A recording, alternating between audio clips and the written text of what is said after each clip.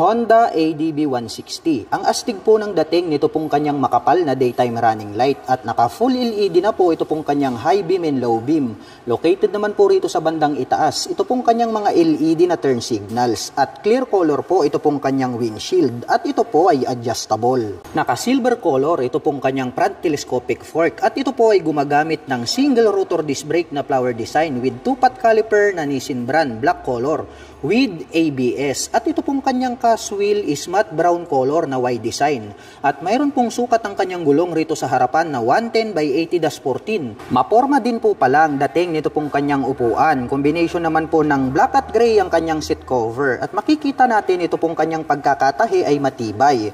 Buksan naman po natin ito pong kanyang underseat compartment. Ang lapad po at malawak, malalim.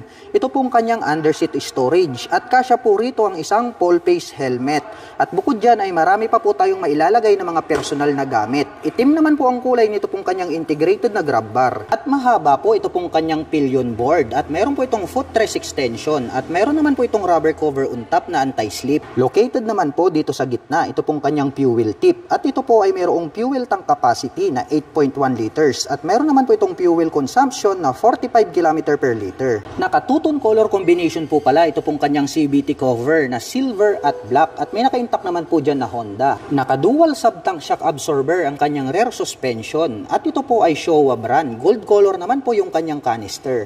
Naka-fully digital meter panel display. At ito po ay gumagamit ng smart keyless system para sa kanyang ignition. Included na po rito yung kanyang fuel at set button.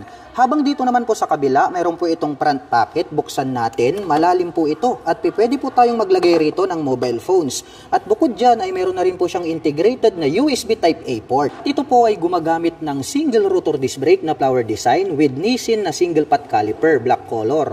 Matte brown naman po ito pong kanyang cast wheel at may sukat naman po ang kanyang gulong rito sa likuran na 130 by 70-13. X-design naman po ito pong kanyang full LED na tail light at located naman po rito sa bandang ibaba. Ito pong kanyang mga naka-pop up na turn signals. At ang Honda ADB ay mayroon po itong 157 cubic centimeter engine displacement to be exact. Naka single cylinder, single overhead cam, 4-stroke with 4 valve at nakakapag-provide po ito ng maximum power na 11.8 kW at 8,500 RPM.